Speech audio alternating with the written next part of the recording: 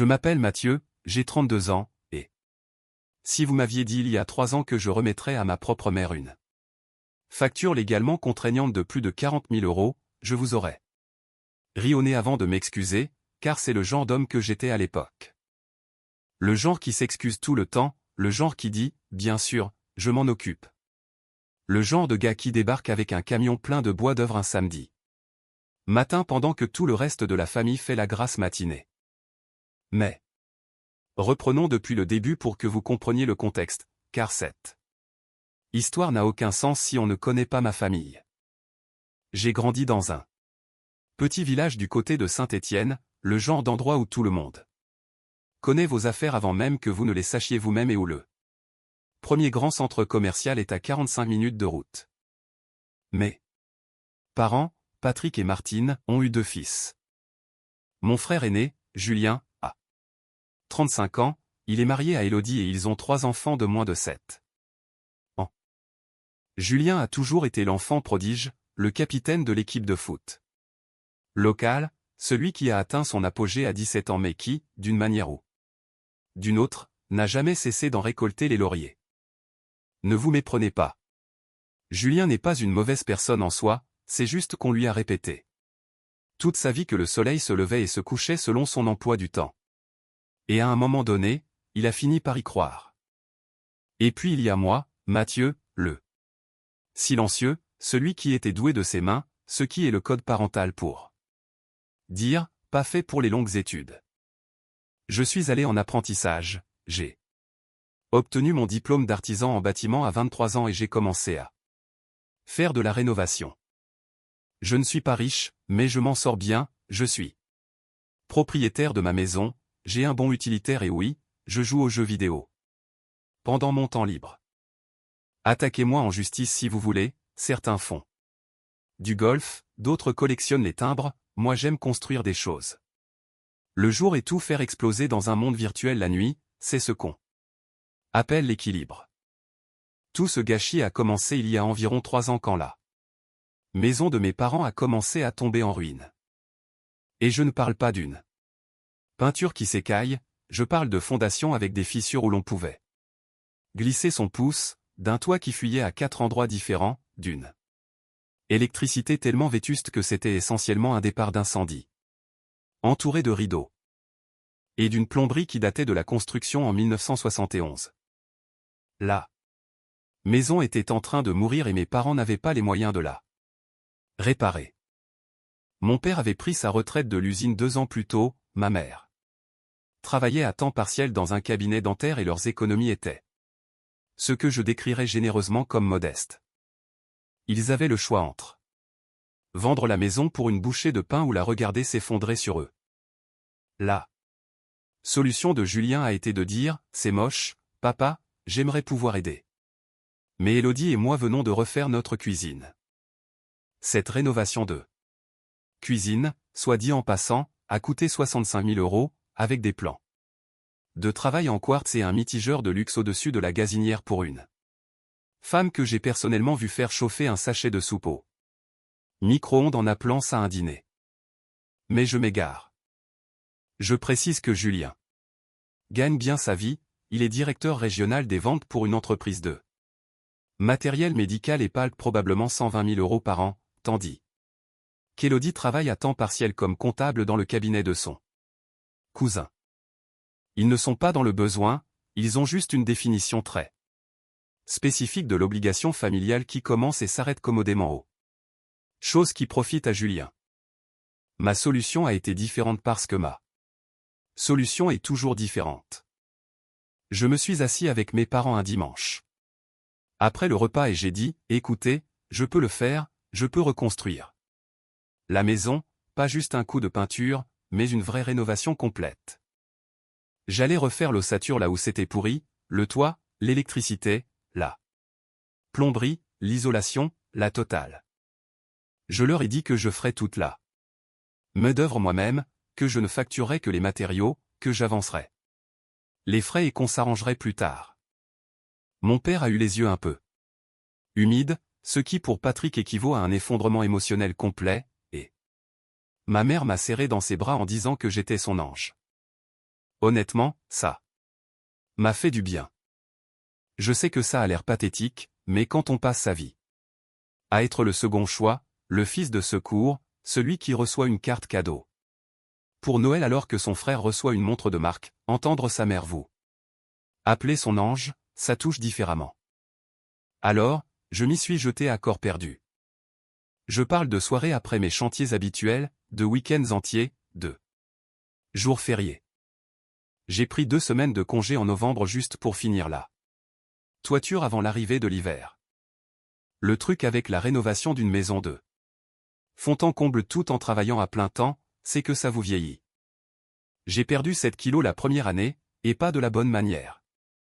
Ma petite amie de l'époque, Léa, m'a dit qu'elle avait l'impression de sortir avec un fantôme qui apparaissait occasionnellement en sentant la sueur de bois pour lui demander si elle n'avait pas vu son niveau à Bulle. Elle n'avait pas tort, j'ai raté des anniversaires, j'ai manqué le repas de répétition du mariage d'un ami. J'ai passé mes 30 ans sur le toit de mes parents à remplacer des solins sous la pluie parce que la météo annonçait 3 jours de tempête et que je ne voulais pas que l'eau s'infiltre dans le placo que je venais de poser. Et pendant tout ce temps, Julien n'a rien fait, littéralement rien. Il est passé une fois, à regarder autour de lui en disant « Ça prend forme, frérot, a bu une de mes bières et est parti ». Sa contribution à la crise du logement de nos parents a été un compliment unique et une canette de bière volée. Je lui ai demandé une fois s'il pouvait passer un samedi pour m'aider à porter des plaques de plâtre à l'étage, juste les porter, pas les poser, ni faire les joints, juste les monter, et il a répondu qu'il ne pouvait pas parce qu'il avait promis aux enfants de les emmener au zoo, le zoo qui, pour information, serait toujours là. Le week-end suivant, contrairement à mon dos qui ne s'en remettrait pas aussi facilement. Pendant ce temps, Élodie postait sur les réseaux sociaux des messages sur l'importance de la famille, généralement depuis leur cuisine flambant neuve, posée à côté de ce stupide mitigeur. J'ai tenu un tableau Excel. Je sais que ça a l'air obsessionnel, mais je suis un artisan, c'est mon métier. Chaque reçu, chaque trajet au magasin de bricolage, chaque heure travaillée, je ne le faisais pas parce que je prévoyais de facturer mes parents, je le faisais parce que je suis organisé et parce que, quelque part dans un coin de ma tête, je crois que je savais que j'aurais besoin d'une preuve de ce que cela m'avait coûté, pas seulement en argent, mais en vie. 2 ans de ma vie pour 112 trajets au magasin de bricolage, 1100 heures de main-d'œuvre et 40. Et 1614 € de matériaux. J'aurais pu verser un acompte pour une maison de campagne avec cet argent, au lieu de cela, je l'ai mis dans la maison de mes parents parce que c'est ce qu'on fait dans une famille, ou du moins c'est ce que je pensais que la famille signifiait. La maison est devenue magnifique, et je ne suis pas modeste ici, elle était vraiment superbe. Nouveau parquet en chêne, un étage complètement réaménagé, des salles de bain modernes, une cuisine qui faisait passer le palais d'Élodie pour une cafétéria d'autoroute. Mes parents étaient ravis, mon père m'a serré la main en la tenant 10 secondes de plus que d'habitude, ce qui en langage Patrick est pratiquement un sonnet d'amour shakespearien. Ma mère a pleuré, les voisins sont passés. N'en croyaient pas leurs yeux, un agent immobilier local qui passait par là dit à mon père que la valeur de la propriété avait probablement triplé. C'est à ce moment-là que les choses ont commencé à basculer, car soudainement, cette maison n'était plus seulement une maison, c'était un actif, un bien tangible et précieux. Et j'ai commencé à penser à quelque chose auquel j'aurais probablement dû penser avant de donner le premier coup de marteau, mon nom n'était pas sûr. L'acte de propriété. 2 ans, 41 000 € et plus d'heures que je ne pouvais en compter, et légalement, j'avais autant de droits sur cette maison que le facteur. Cette pensée m'a empêché de dormir, mais je me disais que ça n'avait pas d'importance, que c'était mes parents, qu'on s'arrangerait, que nous étions une famille. J'allais apprendre exactement ce que ce mot valait. Vraiment. Maintenant, je veux être clair sur un point, je n'ai pas rénové la maison de mes parents comme une sorte de montage financier, je ne l'ai pas fait en m'attendant à être inscrit sur l'acte. Je l'ai fait parce que l'alternative était de voir mes parents vivre dans une baraque qui s'écroulait pendant que mon frère admirait ses plans de travail en quartz à l'autre bout de la ville. Mais, une fois la rénovation terminée et la poussière retombée, il semblait raisonnable d'avoir au moins une conversation à ce sujet. J'avais versé 2 ans de ma vie et plus de 40 000 € dans une propriété qui ne m'appartenait pas. Toute personne rationnelle voudrait une sorte de reconnaissance, un arrangement, même juste un accord verbal stipulant que cela serait pris en compte plus tard. Alors, environ 3 mois après la dernière couche de peinture, j'ai abordé le sujet. C'était un samedi après-midi, j'étais venu installer une nouvelle boîte aux lettres parce que, bien sûr, je continuais à faire des petits travaux. Maman avait préparé son célèbre gratin de poulet. Papa regardait un match et Julien et Élodie étaient venus avec les enfants parce qu'apparemment, cette maison devenue magnifique était désormais l'endroit préféré de tout le monde pour traîner. C'est drôle comme ça marche. J'ai attendu la fin du dîner, les enfants étaient dans le salon devant un dessin animé. Nous étions tous les 5 assis autour de la table de la salle à manger que j'avais fabriquée à la main en chêne massif. J'ai pris une grande inspiration et j'ai dit, je voulais vous parler de quelque chose maintenant que la maison est finie. Je me disais qu'il serait logique d'ajouter mon nom à l'acte de propriété, pas comme propriétaire unique, mais comme copropriétaire, vu tout ce que j'y ai investi. Le silence qui a suivi était le genre de silence qui a un poids, comme si l'air devenait plus lourd. Mon père a regardé ma mère a regardé ses mains, Julien m'a regardé comme si je venais de lui demander d'emprunter sa femme.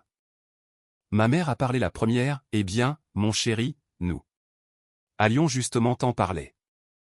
Et à la façon dont elle l'a dit, j'ai su au fond de moi que ce qui allait suivre allait faire mal, parce que quand votre mère dit, nous allions t'en parler, avec une voix qui ressemble à celle qu'elle utiliserait pour expliquer pourquoi le chien de la famille doit partir vivre dans une ferme, vous vous préparez au pire.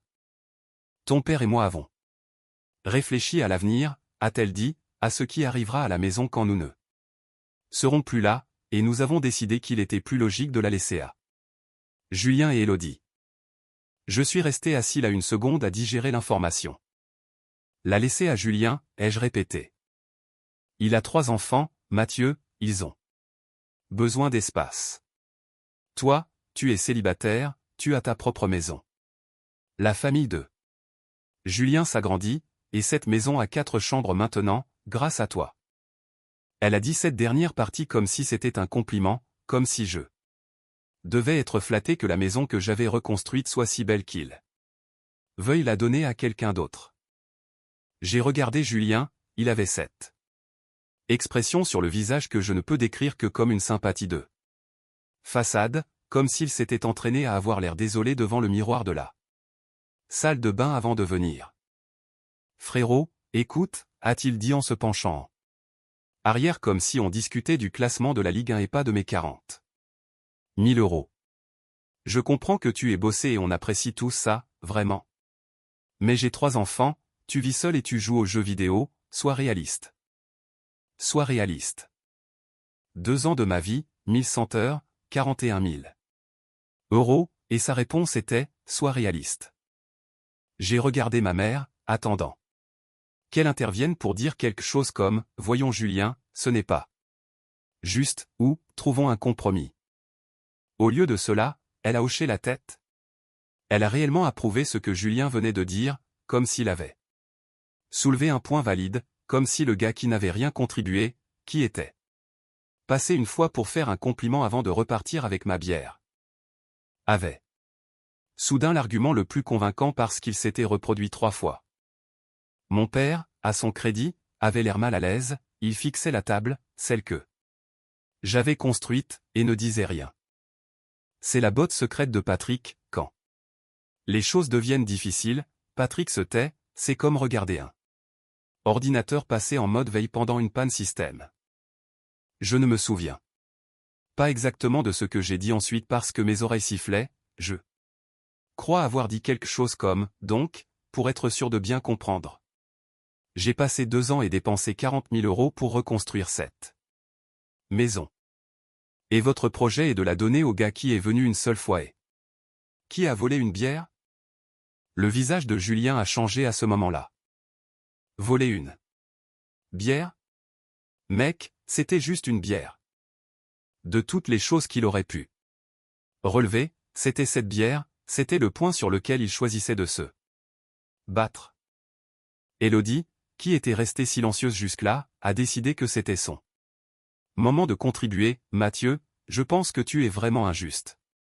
Julien travaille dur pour subvenir aux besoins de sa famille, tout le monde n'a pas le luxe d'être célibataire sans responsabilité. Le luxe d'être célibataire. Comme si je me prélassais sur un yacht au lieu de passer chaque heure de libre à genoux à poser le carrelage de leur future salle de bain.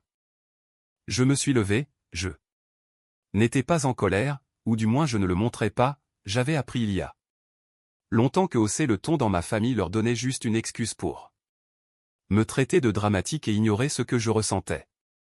J'étais calme. Tellement calme que ça a dû leur faire peur. J'ai dit, j'ai besoin de réfléchir à tout ça. Et je suis sorti. Je n'ai pas claqué la porte, je n'ai pas élevé la voix, je suis juste allé jusqu'à mon camion et je suis resté assis. Là, dans l'allée, pendant 20 minutes, fixant la maison que j'avais reconstruite de mes propres mains, la maison sur laquelle je n'avais apparemment aucun droit. Léa et moi avions rompu 4 mois avant ce dîner, en partie parce que la rénovation avait consumé ma vie, et en partie parce qu'elle disait que j'avais l'habitude de tout donner à des gens qui ne rendaient rien, ce qui, avec le recul, était probablement la chose la plus lucide qu'on m'ait jamais dite. Je suis resté assis dans ce camion, seul, et j'ai pensé à chaque samedi que j'avais manqué, chaque vacances que j'avais sauté, chaque euro que j'avais dépensé. J'ai pensé à la fois où j'étais tombé d'une échelle en remplaçant un cache-moineau, me froissant 3 côtes, et où j'étais retourné travailler le lendemain parce que le chantier avait un planning et que personne d'autre n'allait le faire. J'ai pensé à la cuisine de luxe de Julien, au poste d'Élodie sur la famille, et à ma mère hochant la tête quand son fils aîné balayait 2 ans de ma vie parce que je joue aux jeux vidéo. Quelque chose a basculé en moi, ça n'a pas cassé, ça a glissé, comme un os légèrement déboîté qui se remettrait soudainement en place. J'ai réalisé que j'opérais selon un ensemble de règles que j'étais le seul à suivre, je jouais à un jeu où j'étais le seul à compter les points alors que tous les autres avaient déjà décidé du résultat. Ce soir-là, je suis rentré chez moi et j'ai ouvert mon fichier Excel, celui avec chaque reçu, chaque heure, chaque vis. Je l'avais tenu par habitude, par professionnalisme, mais maintenant, je le regardais différemment. Ce n'était plus seulement un compte-rendu de ce que j'avais fait, c'était une preuve, c'était un dossier. C'était 41 614 € de matériaux et 1100 heures de main-d'œuvre qualifiées effectuées par un artisan agréé sur une propriété dont il n'était pas propriétaire. Sans accord écrit mais basé sur une entente verbale qui s'était évaporée dès que le dernier clou avait été enfoncé. J'ai appelé mon ami Thierry le lendemain matin. Thierry est avocat, pas un de ces avocats flamboyants, juste un bon avocat de province qui s'occupe d'immobilier, de contrats et de l'occasionnelle conduite en état d'ivresse. Je lui ai tout raconté, il est resté silencieux un long moment, puis il m'a dit, « Mathieu, tu as gardé les factures pour tout ça ?» J'ai répondu que oui. Il a dit, « C'est bien, parce que tu es assis sur l'un des dossiers d'enrichissement injustifié les plus solides que j'ai jamais entendu. » Je ne savais pas ce que cela signifiait à l'époque. Mais j'allais l'apprendre, et ma famille allait apprendre que le fils silencieux, celui qui se pointe et fait le boulot sans rien demander, avait enfin arrêté de jouer selon des règles qui ne servaient qu'à le punir. Les semaines qui ont suivi ce dîner ont été rudes.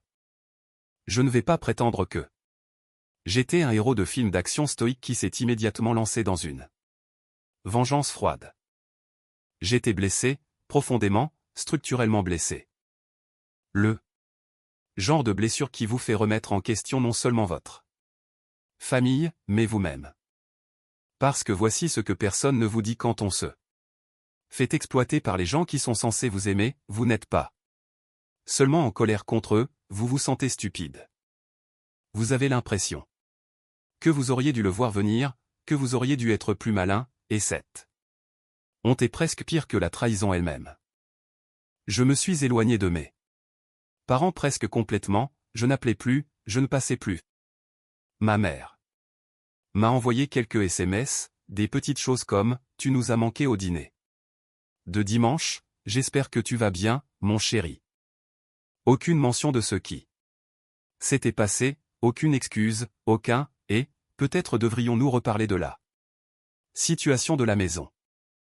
Juste de petits messages plaisants conçus pour faire comme si tout allait bien, comme si c'était moi qui étais bizarre d'avoir des sentiments après avoir été dépouillé de 2 ans de ma vie. Julien n'a pas cherché à me joindre du tout, 0 SMS, 0 appel, ce qui honnêtement m'a dit tout ce que j'avais besoin de savoir sur la valeur que mon frère accordait à notre relation indépendamment de ce que je pouvais faire pour lui. Quand j'étais utile, j'étais de la famille, quand j'avais une opinion, j'étais invisible. Je me suis jeté dans le travail, ce qui ressemble à un cliché, mais c'est ce que je sais faire.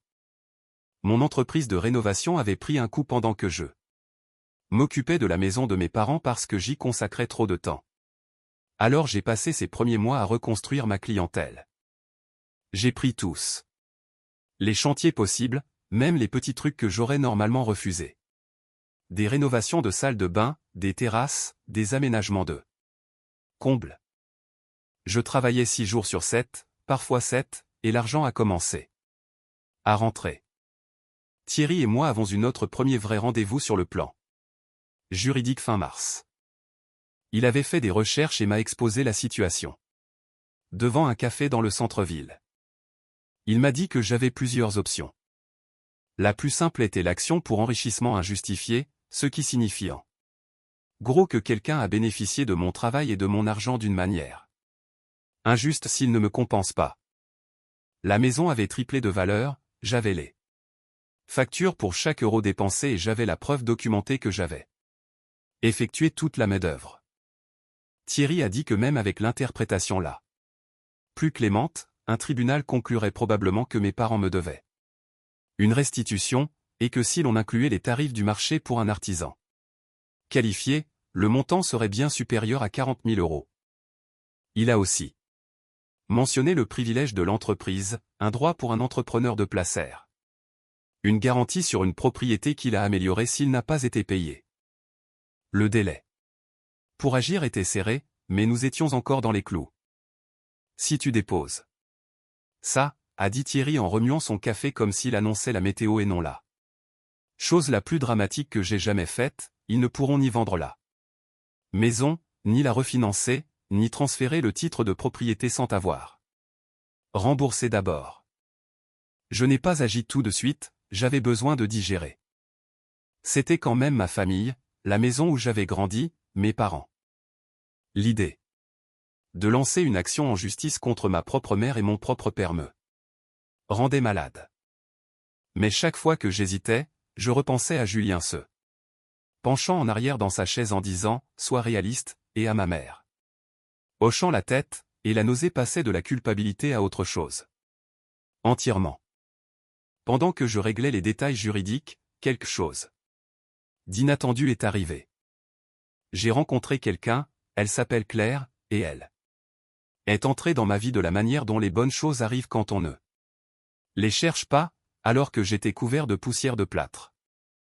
C'était une kinésithérapeute qui venait d'emménager en ville, je l'ai rencontrée dans un magasin de bricolage, elle essayait de comprendre de quelle cheville elle avait besoin pour fixer une télé au mur, je l'ai aidée, elle m'a proposé de prendre un café et j'ai dit oui parce qu'apparemment je peux reconstruire une maison entière mais je ne peux pas fixer une télévision sans avoir un coup de foudre.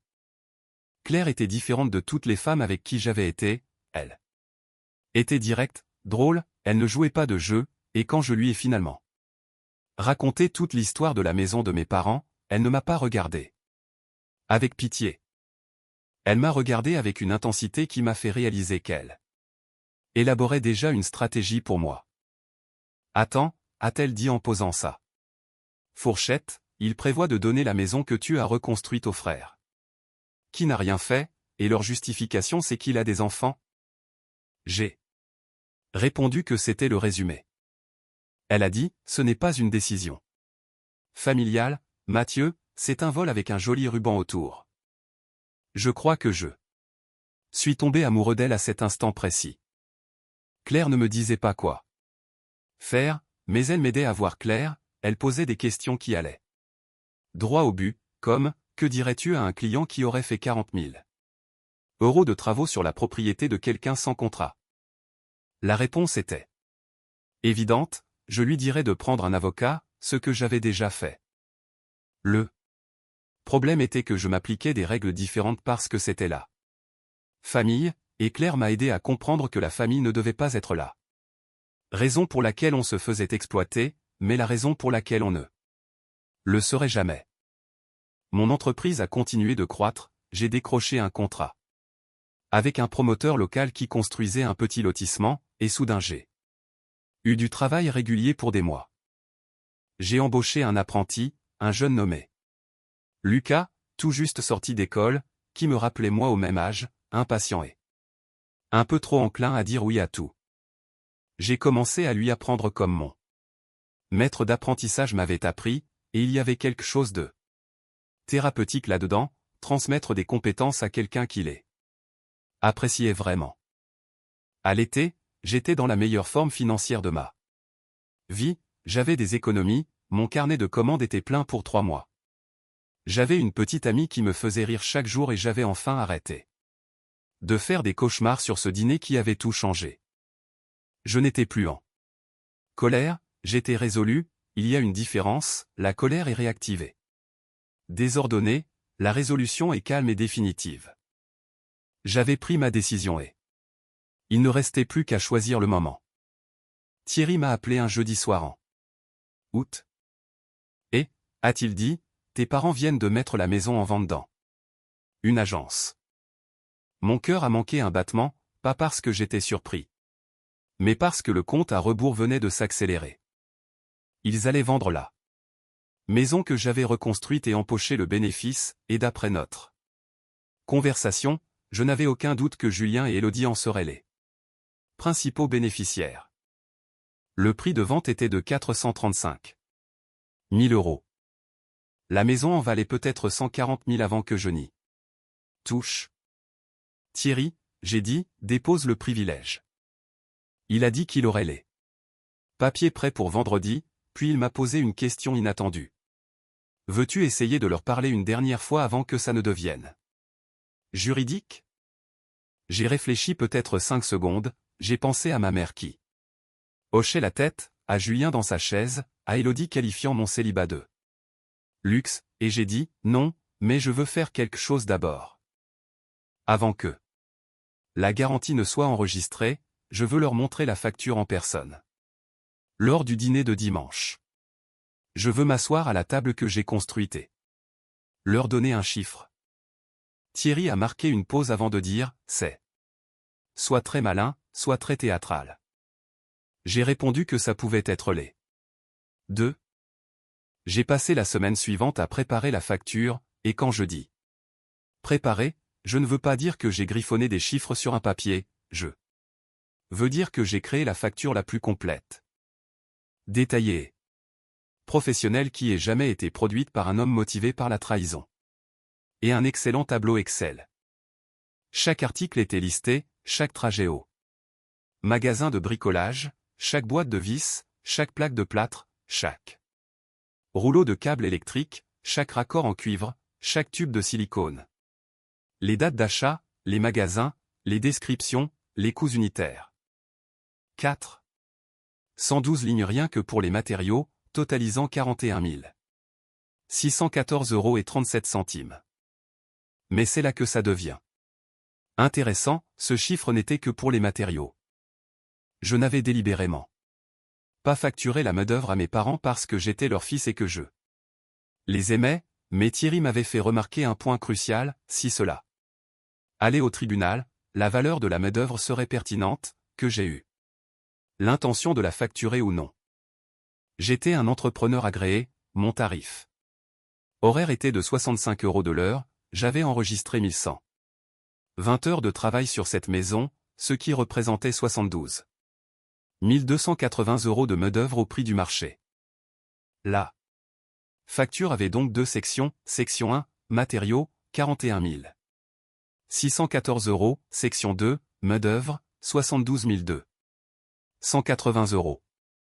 Total général, 113 894 € et 37 centimes. Je l'ai imprimé sur le papier à en-tête de mon entreprise, je l'ai mise dans une enveloppe craft et je l'ai posée sur le siège passager de mon camion. J'ai dit à Claire ce que je prévoyais, elle s'est assise sur le canapé, m'a écouté et a posé une seule question, est-ce que tu fais ça parce que tu veux l'argent ou parce que tu veux qu'ils comprennent ce qu'ils ont fait? J'ai réfléchi et j'ai dit, les deux, mais surtout pour la deuxième raison. Elle a acquiescé et a dit. Alors fais-le, mais Mathieu, quoi qu'il arrive à ce dîner, sors de là en connaissant ta valeur, ne les laisse pas te rabaisser encore une fois. Je n'étais pas retourné au dîner du dimanche depuis des mois, alors quand j'ai appelé ma mère le mercredi pour dire que j'aimerais passer, elle semblait ravie. Oh, c'est merveilleux. Je ferai un gratin de poulet. Est-ce que je dois mettre un couvert pour Claire aussi? Cette gaieté désinvolte m'a presque déstabilisé, comme si de rien n'était, comme si les derniers mois de silence n'étaient qu'un problème d'emploi du temps et non le résultat de sa complicité. Dans le mépris de tout ce que j'avais accompli. Mais je suis resté concentré. J'ai dit que je viendrais seul et j'ai demandé si Julien et Élodie seraient là. Elle a répondu, bien sûr, ils viennent toutes les semaines. Bien sûr qu'ils viennent, maintenant que la maison a un chauffage au sol et une cuisine aux normes, tout le monde veut venir au dîner du dimanche. J'ai appelé Thierry le jeudi pour lui dire de préparer le dépôt du privilège pour le lundi matin, il a dit que ce serait fait. Je lui ai demandé si présenter la facture en personne pouvait nuire au dossier et il a dit non, tant que je ne menaçais personne et que je ne disais rien qui puisse être interprété comme de l'extorsion. Présente-la juste comme un document professionnel et laisse-les répondre, a-t-il dit. Et Mathieu, s'ils essaient de négocier à table, ne cède pas, dis-leur de faire contacter mon cabinet par leur avocat. Dimanche est arrivé et je mentirais si je disais que je n'étais pas nerveux. J'ai conduit avec l'enveloppe à côté de moi et les vitres baissées parce que c'était une de ces soirées parfaite de fin d'été où l'air sans l'herbe coupée est possible. Je me suis garé dans l'allée, celle-là même que j'avais pavée de mes propres mains, et je suis resté assis une minute. J'ai regardé la maison, nouveau toit, nouveau crépi, nouvelle fenêtre, nouvelle porte d'entrée avec cet insert en verre artisanal pour lequel j'avais fait 3 heures de route aller-retour parce que maman en avait vu une qui lui plaisait dans un magazine. Chaque centimètre de cette maison portait mes empreintes, au propre comme au figuré. Le SUV de Julien était déjà là, le monospace d'Élodie à côté. J'ai pris l'enveloppe et je suis entré. La maison sentait le gratin et la nostalgie. Maman m'a serré dans ses bras comme si je revenais de la guerre, papa m'a serré la main avec sa poigne ferme et silencieuse habituelle. Julien était sur le canapé avec son fils aîné. Devant la télé que j'avais fixée au mur que j'avais monté. Élodie était dans la cuisine à côté de l'îlot central que j'avais construit, pianotant sur son téléphone. « Salut Mathieu », a-t-elle dit sans lever les yeux, ça faisait un bail.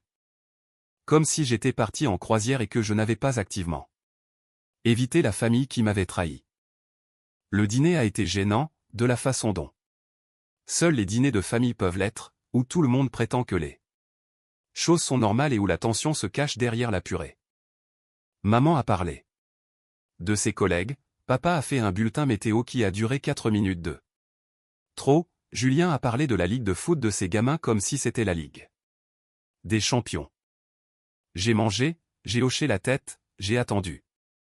Après le repas, les enfants sont allés au salon et nous nous sommes retrouvés tous les 5 à table. Ma table, celle en chêne massif sur laquelle j'avais passé 3 week-ends de ponçage et de finition. J'ai compris que c'était le moment. Mes mains étaient stables, ce qui m'a surpris, je pensais qu'elles trembleraient mais non. J'ai ramassé l'enveloppe posée à côté de ma chaise et je l'ai posée sur la table. « Qu'est-ce que c'est » a demandé maman. J'ai appris que vous aviez mis la maison en vente, j'ai dit. J'ai gardé une voix calme, presque conversationnelle, comme si je parlais de la météo moi aussi.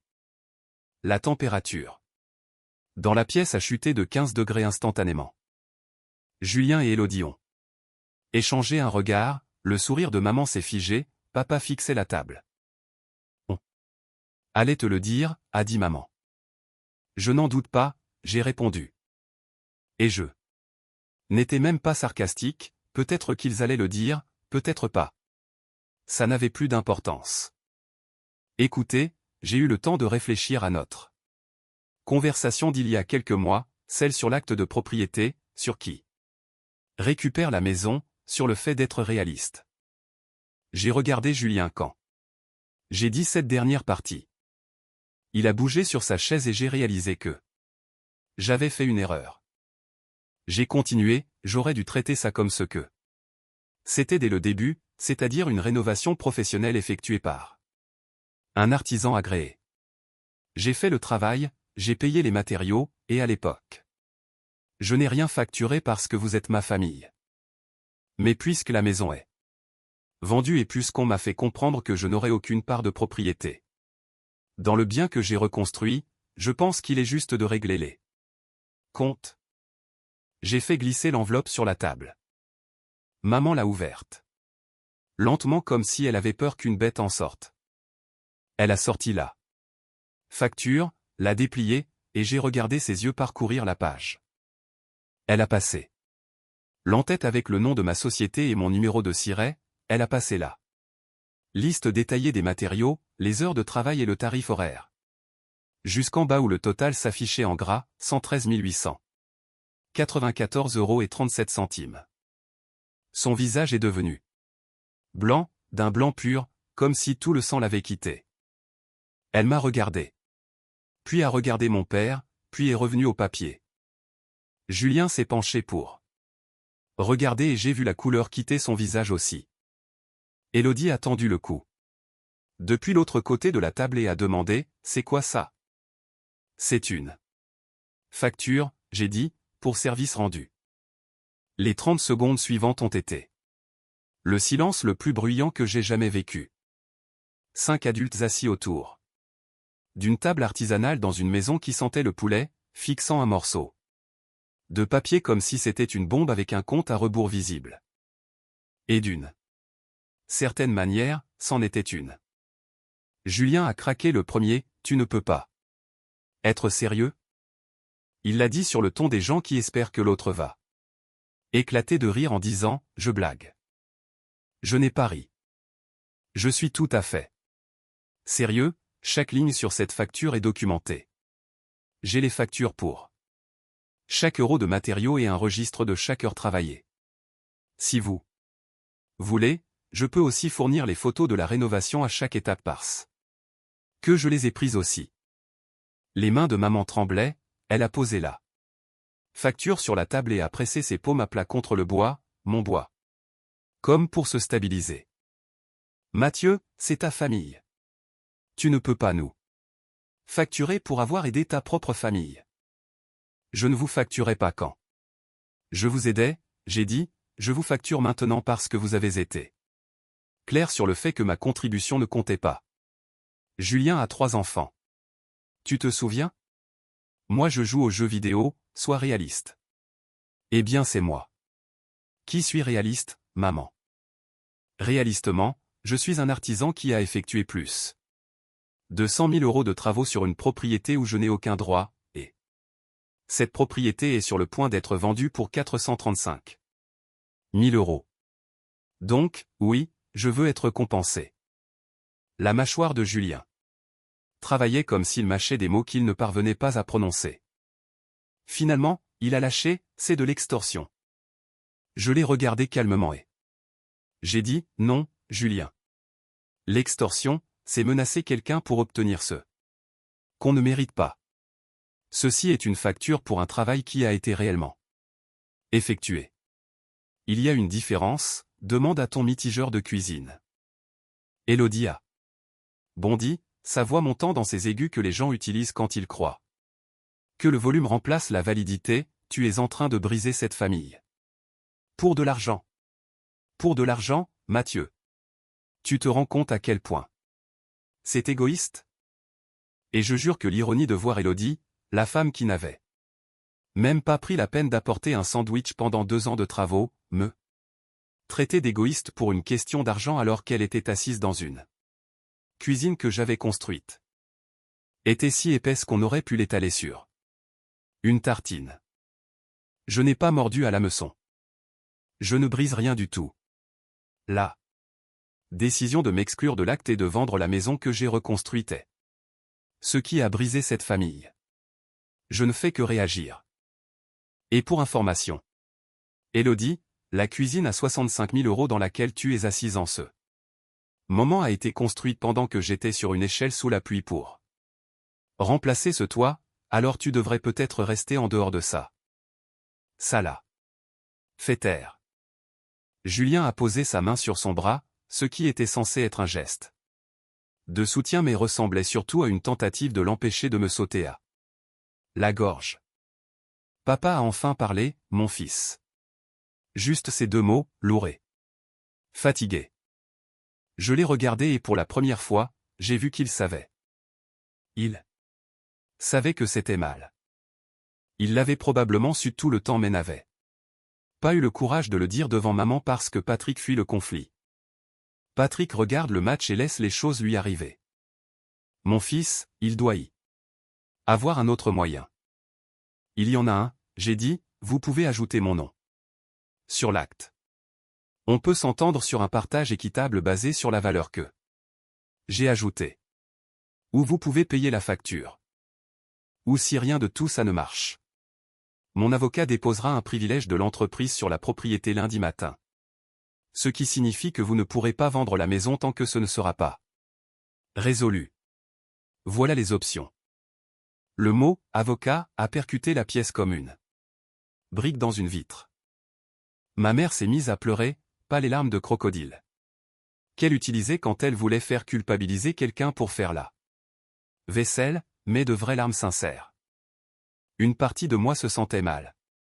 Mais le reste de moi se rappelait son hochement de tête devant le mépris de Julien. Et le sentiment de culpabilité a rétréci.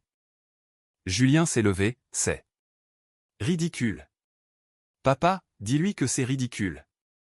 Mais papa n'a rien dit, il est resté assis là à regarder la facture, et je pense qu'il faisait les calculs dans sa tête. Pas les chiffres sur le papier, mais ceux qui représentaient chaque fois où j'étais venu et chaque fois où Julien ne l'avait pas fait. Je me suis levé aussi, je vais y aller. J'ai dit ce que j'avais à dire. Si vous voulez en discuter, demandez à votre avocat d'appeler le mien. Son nom et son numéro sont sur la facture. J'avais demandé à Thierry d'ajouter ses coordonnées en bas, ce qui, avec le recul, était un coup de maître. Je suis sorti, je suis monté dans mon camion, je suis rentré chez moi. Claire était sur mon canapé en train de lire, elle a levé les yeux et a demandé, « Alors ?» J'ai répondu. Je pense qu'Élodie va engager un tueur à gages. Claire a souri et a dit, « Je m'occupe d'Élodie. » Le privilège a été déposé le lundi matin. Le mercredi, l'agent immobilier de mes parents a appelé pour dire qu'il y avait un problème avec le titre et que la vente ne pouvait pas continuer. Ma mère m'a appelé en pleine hystérie, je n'ai pas répondu. Elle a rappelé, j'ai envoyé un SMS. Merci de diriger toute communication vers Thierry. Le SMS le plus difficile que j'ai jamais envoyé. Voici ce qui s'est passé au cours des 3 semaines suivantes. Julien et Élodie ont pris un avocat, leur avocat a appelé Thierry. Thierry a présenté la documentation, les 412 reçus, le registre de main-d'œuvre, les photos, tout le dossier. Leur avocat a rappelé 2 jours plus tard pour dire que ses clients souhaitaient un accord. Il s'avère que quand vous montrez à un avocat 1100 heures de travail documenté et 41 000 € de facture, les mathématiques juridiques deviennent très simples. Très vite. L'accord a été le suivant, j'ai été ajouté à l'acte comme copropriétaire avec 30% des parts, reflétant la valeur ajoutée à la propriété. Lors de la vente, je recevrai mon pourcentage du prix avant toute autre distribution. La vente s'est conclue 6 semaines plus tard pour 120 000 €. Mes 30% représentaient 126 000 €. Après les frais de Thierry, je suis reparti avec un peu plus de 115 000 €. Julien et Élodie ont eu leur part, qui était bien moindre que ce qu'ils espéraient. Papa et maman ont utilisé leur portion pour acheter un endroit plus petit, un joli pavillon de plain-pied qui n'avait besoin d'aucune rénovation. Julien ne m'a pas parlé pendant environ 4 mois après l'accord. Maman a mis presque autant de temps. Papa a été le premier à faire un pas vers moi, il m'a appelé un dimanche soir, ce qui est sa version d'un grand geste romantique, et m'a dit, j'aurais dû parler lors de ce dîner, je savais que ce n'était pas juste, je suis désolé, mon fils. Et je savais qu'il le pensait. Parce que Patrick ne dit jamais de choses qu'il ne pense pas, d'habitude il ne dit rien du tout. Ma mère a fini par revenir aussi, elle a dit qu'elle avait été tellement focalisée sur les enfants de Julien qu'elle en avait oublié de voir ce qui était juste sous ses yeux, un fils qui avait donné 2 ans de sa vie sans qu'on ait besoin de lui demander 2 fois. Elle a dit qu'elle avait honte. Je lui ai dit que j'appréciais ses excuses et je le pensais, mais je lui ai aussi dit que les choses allaient être différentes désormais, que je n'allais plus être le service de maintenance gratuit de la famille. Elle a dit qu'elle comprenait. Julien m'a finalement envoyé un message vers les fêtes, un long message étonnamment réfléchi pour un gars dont la plus grande contribution à la rénovation avait été une bière volée. Il a dit qu'il avait réfléchi à la façon dont il m'avait traité, pas seulement pour la maison, mais depuis qu'on était gosse. Il a dit que ses enfants demandaient après l'oncle Mathieu et qu'il ne savait pas quoi leur répondre. J'ai lu le message 2 fois, puis je l'ai appelé. On a discuté pendant 1 heure. Ce n'était pas parfait, ce n'était pas une scène de film, mais c'était honnête et c'était plus que ce qu'on avait jamais eu. Où j'en suis aujourd'hui? Je vais bien, mieux que bien même. Mon entreprise prospère, j'ai maintenant une équipe de 4 gars, dont Lucas qui est devenu un excellent charpentier.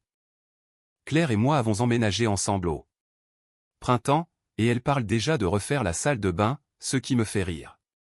Parce qu'apparemment, ma vie est une boucle sans fin de chantier. Mais au moins, cette fois, mon nom est sur l'acte. Je suis assis là à écrire ceci pendant que Claire prépare le dîner en râlant contre les poignées de placard, et je repense à ce que j'ai appris. J'ai appris que l'amabilité ne signifie pas être corvéable. Ah merci. J'ai appris que la famille n'est pas un laissez-passer gratuit pour prendre ce qui n'a pas été mérité. J'ai appris qu'un tableau Excel bien tenu est une arme de responsabilisation massive. Et j'ai appris que le fils silencieux, celui qui vient et fait le boulot sans jamais demander de remerciement, n'est pas faible, il attendait juste le bon moment pour vous présenter la facture.